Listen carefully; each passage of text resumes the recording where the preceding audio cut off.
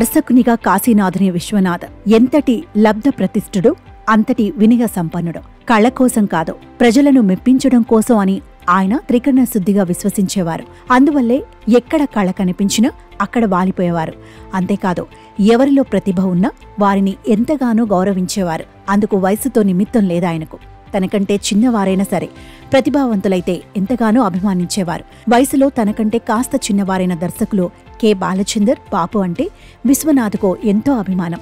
దాదాపుగా అందరూ ఒకే సమయంలో దర్శకులయ్యారు. అయినప్పటికీ వారిద్దరి టేకింగ్ చూసి కనీసం ఒక్క సినిమాకైనా వారి దగ్గర అసోసియేట్గా పనిచేస్తే ఎంతో నేర్చుకోవచ్చు అని పలుమార్లు చెప్పేవారు విశ్వనాథ్. ఆ వినయ సంపన్నత వల్లే విశ్వనాథ్ రాణించారని బాలచందర్, బాపు వంటివారు అనేవారు. నిజానికి బాలచందర్, బాపు చిత్రాల కన్నా మిన్నగానే విశ్వనాథుని చిత్రాలు జనాన్ని అలరించాయి. అంతేకాదు, ఆ ఇద్దరు దర్శకుల సినిమాల్లో కంటే విశ్వనాథ్ మూవీస్లోని కళాత్మక విలువలు ఎక్కువగా కనిపించేవి.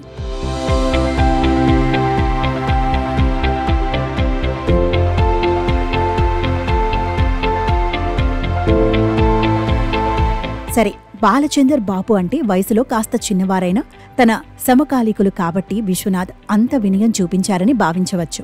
అయితే తన చిత్రాల్లోనే నటించిన వారి ప్రతిభను గౌరవిస్తూ సాగారు విశ్వనాథ్. తన తమ్ముని వరసయ్యే ఎస్పి బాలసుబ్రహ్మణ్యం శంకరాభరణం సినిమాతో జాతీయ స్థాయిలో ఉత్తమ గాయకునిగా అవార్డు అందుకున్న సమయంలో వయసులో నాకంటే చిన్నవాడయ్యాడు, కానీ బాలు గాన మహిమకో ప్రణమిల్లాలని ఉంది అన్నారు విశ్వనాథ్.